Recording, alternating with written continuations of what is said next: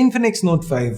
Infinix phones இது வரைக்கும் C4 Helio C4 தமிழ்லையோ நாங்கள் கவர் பண்ணது கிடையாது. பட் போன லான்ச்லலாம் நிறைய பேர் கேட்டிங்க. ப்ளஸ் இந்த தடவை இந்த ஃபோனை பற்றி ஒரு விஷயம் எனக்கு ரொம்பவே இன்ட்ரெஸ்டிங்காக தெரிஞ்சுது. ஸோ இன்றைக்கி இந்த ஃபோனை அன்பாக்ஸ் பண்ணலாம். guys, என் பேர் ஆஷ். நீங்கள் பார்த்துட்டு இருக்கிறது C4 தமிழ். பார்த்ததுக்கப்புறம் வீடியோ பிடிச்சிருந்துச்சுன்னா மறக்காம கீழே இருக்கிற தம்ஸ் அப் பட்டன், சப்ஸ்கிரைப் பெல் ஐகான்ஸ் இதெல்லாம் ப்ரெஸ் பண்ணுங்கள். இப்போ நம்ம வீடியோக்கு போகலாம்.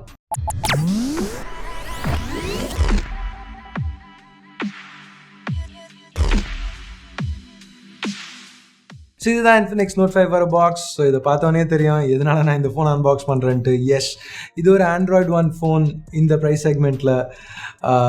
எனிவே பாக்ஸ் ஓப்பன் பண்ணோன்னா முதல்ல ஒரு கூகுள் அசிஸ்டன்ட் ப்ரொமோஷனல் கார்டு கொடுத்துருக்காங்க. அதுக்கப்புறம் Infinix Note5 இருக்குது. ஸ்டிக்கர்ஸை ரிமூவ் பண்ணுவோம். பின்னாடி ஒரு கிளாஸ் டைப் ஃபினிஷ், இது பிளாஸ்டிக் தான், ஆனால் கொஞ்சம் கிளாஸியாக பார்க்க தெரியுது. எனிவே சைடில் வச்சுட்டு வேறு என்ன இருக்குன்னு பார்ப்போம். அடுத்து ஒரு SIM ejector tool, regular booklets, ஒரு screen protector, soft case,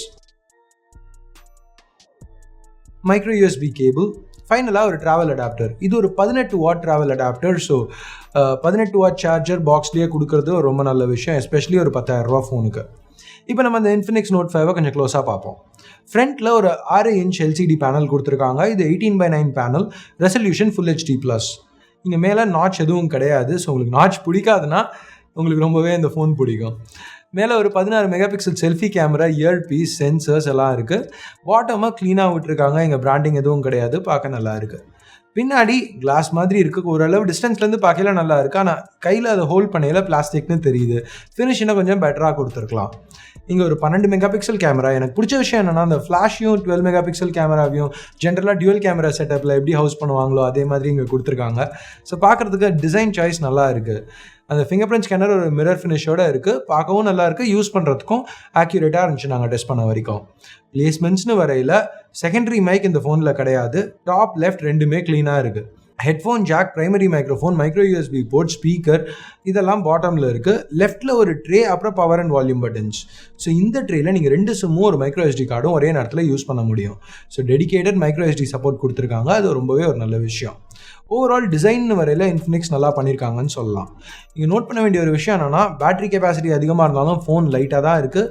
use பண்ணையில் கூட அந்த எட்ஜஸ் கர்வ் ஆகிறதுன்னு ஒரு நல்ல ஃபீல் கொடுக்குது. அது மட்டும் இல்லாமல் 85% ஸ்க்ரீன் டு பாடி ரேஷியோ கொடுத்துருக்காங்க. பில்ட் குவாலிட்டி எனக்கு எக்ஸாக்டாக என்னன்னு சொல்ல முடியல, ஆனால் இன்னும் கொஞ்சம் பெட்டராக பண்ணியிருக்கலாம் தான் தோணுது பின்னாடி உள்ள அந்த பிளாஸ்டிக் ஃபீல். எனிவே உள்ள என்ன சிப் யூஸ் பண்ணியிருக்காங்கன்னு பார்த்தா மீடியாடெக்கோட Helio P23 சிப். இது இருக்கிறதுலே பவர்ஃபுல்லான சிப்புன்னு சொல்ல முடியாது. இது ஒரு மீடியம் வெர்ஷன் சிப் தான். Qualcommல Snapdragon 625க்குள்ள ஈக்குவல் வெர்ஷன் மீடியாடெக்லேருந்து. ஸோ தியரட்டிக்கலாக டே டு டே எல்லா விஷயமும் இது நல்லா பெர்ஃபார்ம் பண்ணணும். இந்த சிப் கூட 3 இல்லை 4 GB RAM, 32 இல்லை 64 GB ஸ்டோரேஜ் கொடுக்குறாங்க. இங்கே நல்ல விஷயம் என்னென்னா, இன்ஃபினிக்ஸ் இங்கே ஒரு 4500 mAh பேட்டரி இன்க்ளூட் பண்ணியிருக்காங்க. அது மட்டும் இல்லாமல் ஃபாஸ்ட் சார்ஜிங் சப்போர்ட்டும் கொடுத்துருக்காங்க. அஃப்கோர்ஸ் அவங்க இதுக்கு 3 நாள் பேட்டரி லைஃப்னு சொல்கிறாங்க. அவங்க சொல்கிற மாதிரி 3 நாள்லாம் கிடைக்கும்னு எனக்கு நம்பிக்கை இல்லை.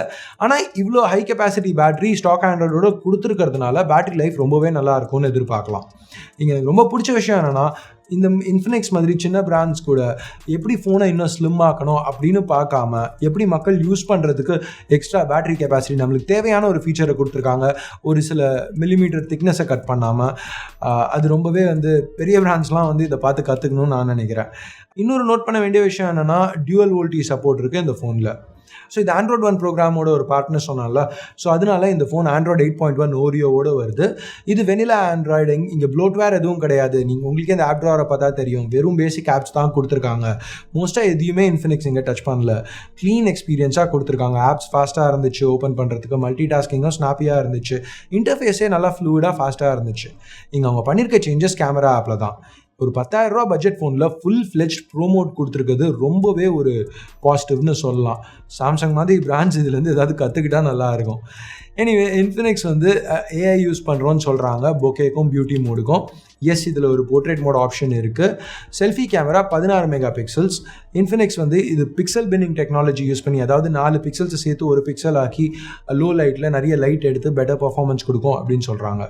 Rear camera 12 mega pixel f2.0, 1.25 micron size பிக்சல்ஸோடு வருது. நீங்கள் பார்த்துட்டு இருக்க இமேஜஸ் எல்லாமே இந்த கேமராஸ் வச்சு எடுத்தது தான். எப்படி இருக்குன்னு நினைக்கிறீங்க? உங்கள் கருத்துக்களை கீழே இருக்கிற கமெண்ட் செக்ஷனில் சொல்லுங்கள்.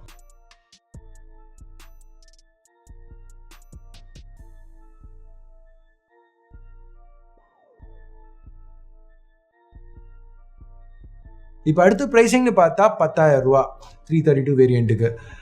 10,000 ரூபாய்க்கு ஒரு ஆண்ட்ராய்டு ஒன் ஃபோன் 4500 mAh பேட்டரியோட டெடிக்கேட்டட் மைக்ரோ எஸ்டி சப்போர்ட்டோட இந்த மாதிரி ஒரு லுக்ஸோட அப்படின்னு வரையில் ஆன் பேப்பர் இது ரொம்ப நல்ல டீல் மாதிரி தான் தெரியுது. நீங்கள் என்ன நினைக்கிறீங்க? இந்த செக்மெண்ட்டில் ஒரு ஃபோன் வாங்கணும்னு நினச்சிங்கன்னா இந்த ஃபோனை கன்சிடர் பண்ணுவீங்களா? பர்சனலாக ஸ்பெக்ஸை மட்டும் வச்சு எதுவும் சொல்ல முடியாது. ஸோ நான் வந்துட்டு இந்த ஃபோனை டெஸ்ட் பண்ணி பார்த்துட்டு என் ரிவ்யூ பண்ணேன்னா டெஸ்ட் பண்ணி பார்த்துட்டு சொல்கிறேன். ஏன் பண்ணேன்னான்னு சொல்கிறேன்னா, இப்போ நிறைய ஃபோன்ஸ் ரீசெண்டாக லான்ச் ஆகிருக்கு. ஓரளவுக்கு தான் நம்மளால் டெஸ்ட் பண்ண முடியும். ஸோ எந்த ஃபோன்ஸ் உங்களுக்கு ப்ரையாரிட்டி அதிகமோ அதை சொல்லுங்கள் கமெண்ட்ஸில். நீங்கள் எந்த ஃபோன்ஸை அதிகமாக கேட்குறீங்களோ அதை டெஸ்ட் பண்ணி அந்த ரிவ்யூவை சீக்கிரமாக போட பார்க்குறோம். ஸோ அவ்வளோதான் இந்த வீடியோ பிடிக்கலனா என்ன பண்ணணும்னு உங்களுக்கு தெரியும். பிடிச்சிருந்துச்சுன்னா மறக்காமல் கீழே இருக்கிற தம்ஸ் அப் பட்டனை ப்ரெஸ் பண்ணுங்கள். இது வரைக்கும் நீங்கள் C4 Tech தமிழுக்கு சப்ஸ்கிரைப் பண்ணலன்னா கீழே இருக்கிற சப்ஸ்கிரைப் பட்டனை ப்ரெஸ் பண்ணுங்கள். ஏற்கனவே சப்ஸ்கிரைப் பண்ணியிருந்தீங்கன்னா அது பக்கத்தில் ஒரு பெல் ஐக்கான் இருக்கும், அதையும் ப்ரெஸ் பண்ணுங்கள். அப்போ தான் நாங்கள் போடுற ஒரு வீடியோஸ்க்கும் ஃபர்ஸ்ட்டாக உங்களுக்கு அப்டேட்ஸ் வரும். ஸோ அடுத்த வீடியோவில் உங்களை திருப்பி சந்திக்கிற வரைக்கும் என் பேர் ஆஷ், நீங்கள் பார்த்துட்டு இருக்கிறது C4 Tech Tamil. Have a nice day. Bye.